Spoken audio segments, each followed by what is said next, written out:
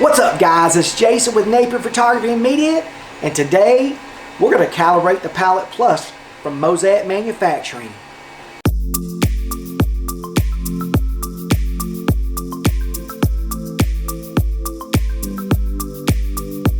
Alright guys, so if you're like me, you just got your Mosaic Palette Plus and you're probably scared to death to do things wrong. Let me just go ahead and tell you, you're probably going to do a few things wrong. Just try not to do the things that I did, and I'm going to try to help you through the calibration process, because that's going to pretty much set up your prints for everything after.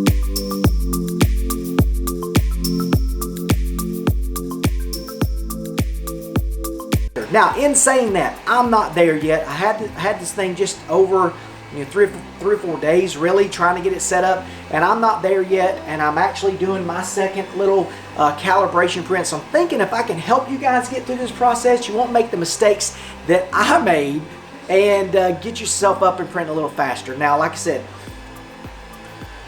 I didn't know what I was doing. I've tried to do a few things to modify how I placed mine, and I'm gonna probably have to change it and just go with what they recommend, because I was trying to make this work so it's for my videos and make it work a little better. But I'm gonna play with it and you'll see the finished product. But I'm gonna talk to you about how to calibrate your Palette Plus, because that's gonna generate all the goodness and awesomeness after. So once you get your Palette Plus, the very first thing you're gonna want to do, get it set up, get it ready, however you're gonna place it.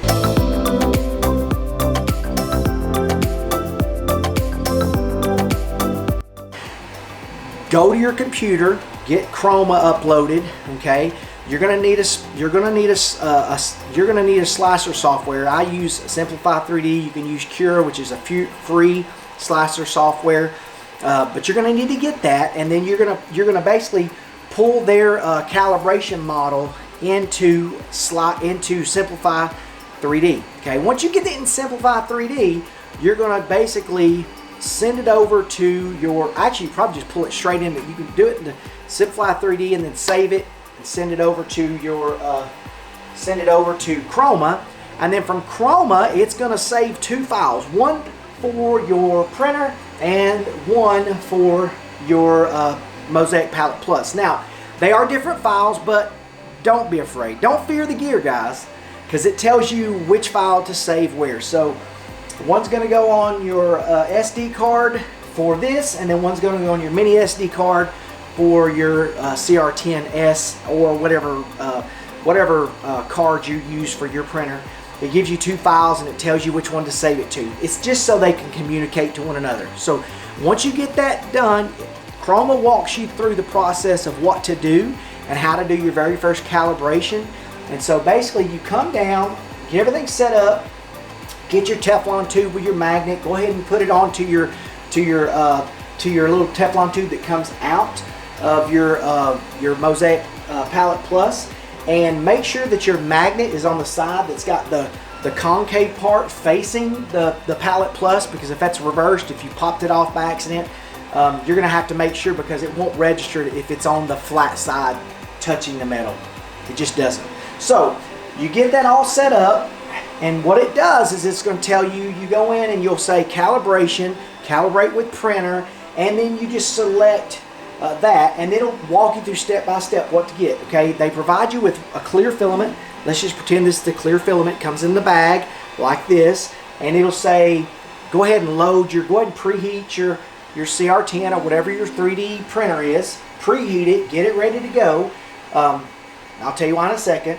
And it'll say load the transparent filament in, or the clear filament. So you load that into number 1 and it pulls it straight in. It's awesome. Okay, then it'll say load color 2, load it into number 2. Then it'll say load number 3. Once it does that, it'll say, all right, you're loaded, and it'll say push the magnet to start feeding filament through.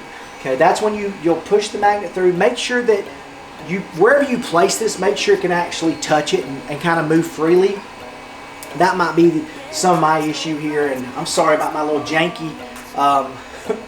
That's my scroll wheel mount that I tried, and it kept sliding off there. So I put some basically this gaffer's tape to get it to hold down. And this is like your best friend, you 3D printer guys. and I'm new to it, but I'm learning that it's like my best friend. I'm using it right now with this transition tower over here. But you're gonna feed that through, and once it starts pushing filament out, it's gonna splice your filament, which it looks like this. Let me pull this out so you can kind of see. So basically, it's gonna splice your filament. So what it does, it's gonna, let's put it to the white. See how it's got the orange and the black? So what it does is it cuts your filament, whatever colors you're putting on it. It'll have a clear one to start off, and your clear one will probably be about that long, and then whatever colors you have next, it'll transition to 2 other colors. And basically what that does, it'll start feeding that through to your scroll wheel, okay? If you have trouble with getting it through your scroll wheel, all you have to do is pop off the little front plastic piece with this tool, which I would suggest. It comes with your Palette Plus. This is like the best thing ever, okay? I didn't have this at first. I was using the little hex screws that they give you, the little tiny L-shaped things. Bro, you're gonna want to use this, okay? I didn't find it till I've done a few things without it, and I've just got real fat, meaty hot dog fingers, and it didn't work very well. But this is your best friend! I wish I could just make this turn into a lightsaber right now, because this is the tool that you need. So you can take off the front of that, pop it off, and if it's getting stuck, go ahead and take your Teflon tubes, that's these white things, take that off, kind of stretch the lips of them a little bit, just kind of roll that around with whatever you've got that kind of opens it up a little wider. And you're gonna open that up. Don't stick it back in the hole. You want to place it in there, and there's some grooves for it, and you just basically stick it in there where it's supposed to go, and it'll stay open for you and lets it free flow a little more easily. Okay, so then you've got your magnet pushed through. It feeds this filament through to your printer. Don't judge me. Mine's not right. I'm gonna get it fixed. Johnny U's been trying to help me get mine set up, and I'm trying to go around it a different way, and I know it's not going to work the way I have it, so I got to fix it. But anyway, it feeds it into your printer, and basically you've got that very first color of clear, and it says for you to push it, to feed it to your extruder until the next color appears. So let's just take, for example, that this is clear, it's black, and there's my orange. So when you push that through, it's going to obviously start coming out of your extruder nozzle, okay? And then once it starts to get the orange, that's when you stop, okay? Once you get to that point, your printer will say once the other color shows up, you'll hit enter on this little knob here, and then that's going to start the process. It basically told your Palette Plus how long it took your clear color to go through, the distance it took to get to your printer, and how long it took it to feed through until this other color came out. It's pretty easy, okay? Then when you do that, you're done here. It'll say when you're finished with your print, you're gonna hit enter, and basically you start your printer up, it starts your print, and then as you need filament, this magnet will pull closer, it moves closer to your Palette Plus and starts feeding other spliced filament that goes through it. Now, you're going to look at mine, and you can see I've got a little transition tower. It's taped down.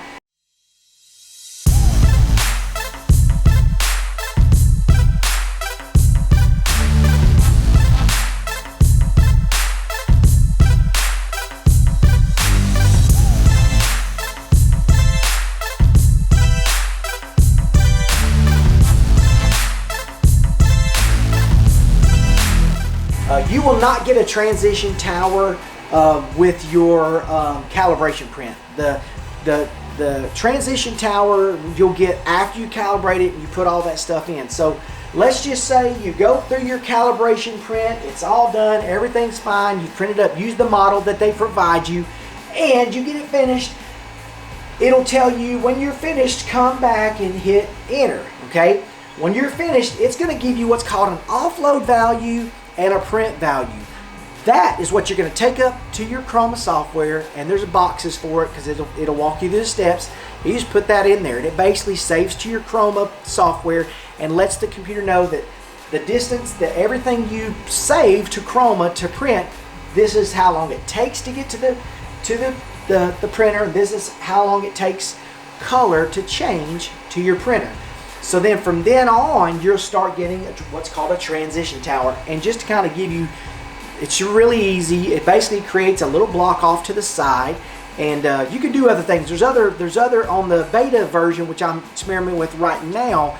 You can either not do the transition tower, or you can choose to do a beta version of doing some of your transitions within your infill, which is kind of cool. That's what I'm trying here, and I don't think I set it up right, but I think that's a cool concept of all of your infill being used as transition colors, and it's just transitioning from black to orange or red to blue.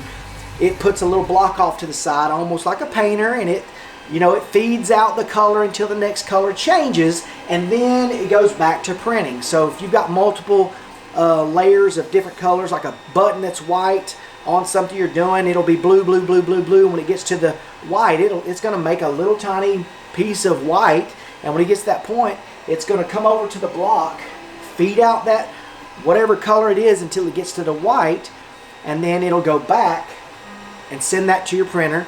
And so all those slices come through in different colors. You can see here there's an orange, there's a black slice, an orange slice, a black slice, an orange slice, and it's basically going to keep feeding that through as you add color to whatever you're printing. And that transition tower just sits off to the side, and it just clears out all the colors it goes through. Now, as far as doing something other than a transition tower, you can do the infill as part of your thing. You can do a transition tower.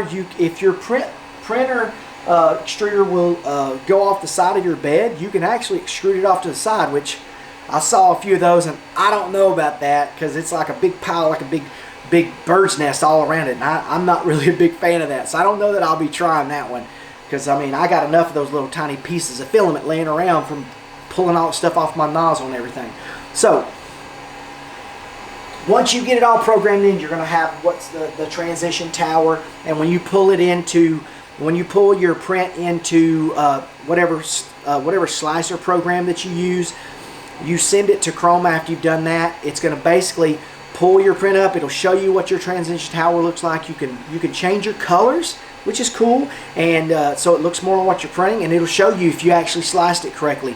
Mine showed me I'd sliced mine correctly, but it's not, so it's probably some other setting that I'm missing out on, but I want to get it figured out. Okay, now let me talk to you about whatever print you're doing and all this stuff. I had to take this transition tower down because mine started coming off the plate.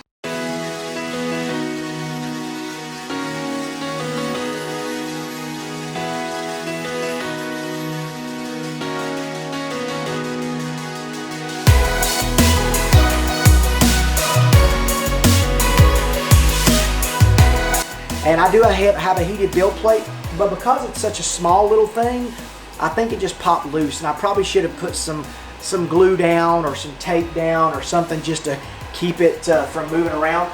But anyway, it popped loose, and I had to pause the print, go over here, and clear away some of the mess, and tape the transition tower down at a layer that was the same as what it was printing, because I wasn't here when it did it. And so I had to like finagle it a little bit and get it to where it was kind of level, so it would print on top of the tape and kind of continue. But now it's working, and it's doing what it's supposed to be doing, and it's staying down. So I'll show you kind of what this looks like when it's finished. But like I said, once you get through your calibration situation, you're going to get everything you print from then on is going to have a transition tower if you choose to have one. One other little thing, do not do what I did. I don't know if I already said this. I said it. I've done this tape twice, but when you do your first initial print, do not do what I did, which was I loaded in, because I tried it a few times and it kept messing up for me because I wasn't doing it right. And when it asks for that transparent or clear filament, do not put in a short piece. Don't do that. Make sure you've got plenty to go in there. Whatever color you use for that first color of your calibration, if you whatever it is, make sure there's plenty to go through there, because if you do a short piece through there and it doesn't have enough to push it through, it's going to get stuck in your Palette Plus, which you know, you spend this kind of money on something, you don't want to have mess ups. So I'm going to tell you, do not do that to yourself. I did it. I had to take this thing apart, and I got very familiar with my Palette Plus, okay? I had to take that thing apart, scared to death, and but I got it put back together. You know, there's lots of things on their resource page and on Mosaic's Palette Plus channel, so on their website, so you can go on there. I'll put a link to their website, but if you follow their steps, and if you need some of their featured frequently asked questions, there's people that have the same mistakes that you've had, and I think the problem that people do, and I did email Johnny Youth at Mosaic about my issues I was having, but they're mine. It's not the machine. I did them. Now there were some things that we talked about with mine that I've got a few little concerns, but honestly, I'm not worried about it. I know that if there's something that they need to do to help me, they're going to do it. I mean, Johnny's already told me. So anyway, it's working great now. But like I said, I had to take all that filament out that I had done. It was my fault. Get out of there. So don't do that, okay? And when you clear things out, and when you make sure you do it the right way. Don't rush, okay? Because that's the thing, is a lot of people get in a hurry and everything, and then they get so scared, and then you rush, and then you make mistakes. When you rush, you make mistakes.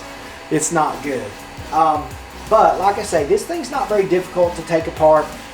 It's a lot more. It's complex, obviously, but it's a lot more simple on the inside than what you might think. As long as you just follow the directions on how to disassemble and to move pieces that you need, and just take pictures.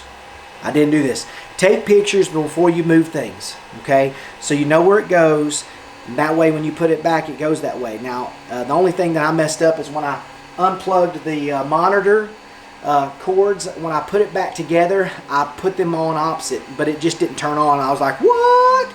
So then I flipped the connectors, because they're exact same shape, size, and they fit the same, but I flipped it and it came right on. So that was my fault. Again, I can't do things the easy way. I do things the hard way, and I have to learn. Hard lessons leave lasting memories, I always say. But anyway, it looks like, yeah, it looks like it's doing okay. It looks like I shouldn't have changed the transition value, because his little knees are black right here, but then it's transitioning to the orange. So that's me. That's me, and it's probably this distance here, Johnny, that you told me you were concerned about calibration. So you're probably right. I'm going to probably have to do another calibration. So anyway, that gets you through your calibration. Hopefully you won't make the mistakes that I made, because I made them. It wasn't their fault. It was mine. That'll get you through your calibration process, and hopefully you don't have such a big fear of the gear, and you guys have a much easier time of doing this than I did, because if I just followed the directions exactly and not been so excited, I wouldn't have made so many mistakes. So excitement's awesome, but you gotta control it. Got to. So anyway, that's all for calibrating your Palette Plus on this one. I'm going to bring you some other things. I'll show you some videos of this thing. I'm going to give you some B-roll of this thing actually printing.